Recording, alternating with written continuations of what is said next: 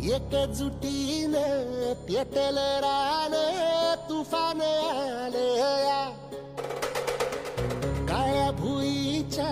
भेटीला हे आभाळ आले या